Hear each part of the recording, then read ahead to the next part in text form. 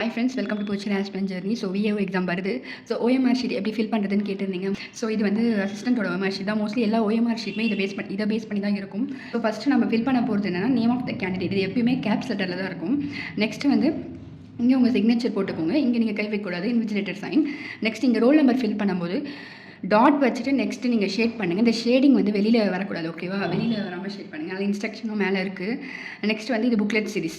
நம்ம ஃபில் பண்ண போகிறது வந்து நேம் எப்பயுமே கேப்ஸ் லெட்டரில் தான் இருக்கும். நெக்ஸ்ட் வந்து சிக்னேச்சர் போட்டுக்கோங்க. Next roll number, booklet series. Question புக்லெட்டில் என்ன சீரிஸ் இருக்கோ அதை நம்ம ஷேட் பண்ண போகிறோம். அவ்வளோதான் நம்ம ஃபில் பண்ணுறது. நெக்ஸ்ட் இதெல்லாம் வந்து நம்ம ஆன்சர் பண்ணுறது தான். ஸோ எப்பயுமே ஓஎம்ஆர் ஷீட்டில் என்ன மிஸ்டேக் பண்ணுவோன்னா டாட் வைக்காமல் அவசரத்தில் மாற்றி ஷேட் பண்ணணும். நீங்கள் கொஷின் நம்பர் என்னென்னு பார்த்துட்டு அதுக்கு ஏற்ற மாதிரி கரெக்டாக அந்த இதை ஷேட் பண்ணுங்கள். கொஷின் முடிக்க ஷேட் பண்ணால் உங்களுக்கு ஈஸியாக இருக்கும். சம்டைம்ஸ் சில பேர் வந்து அந்த செக்ஷன் முடிச்சுட்டு ஷேட் பண்ணுவாங்க. அது உங்கள் கன்வீனியன்ட் தான். பட் என்னோட என்னன்னா நீங்கள் ஒரு கொஷின் முடிச்சுட்டு ஷேட் பண்ணால் அது ஈஸியாக இருக்கும். ஸோ இதான் ஃப்ரெண்ட்ஸ் ஓஎம்ஆர் ஷீட் எப்படி ஃபில் பண்ணுறேன்னு சொல்லிட்டு. தேங்க்யூ ஃப்ரெண்ட்ஸ், பாய்.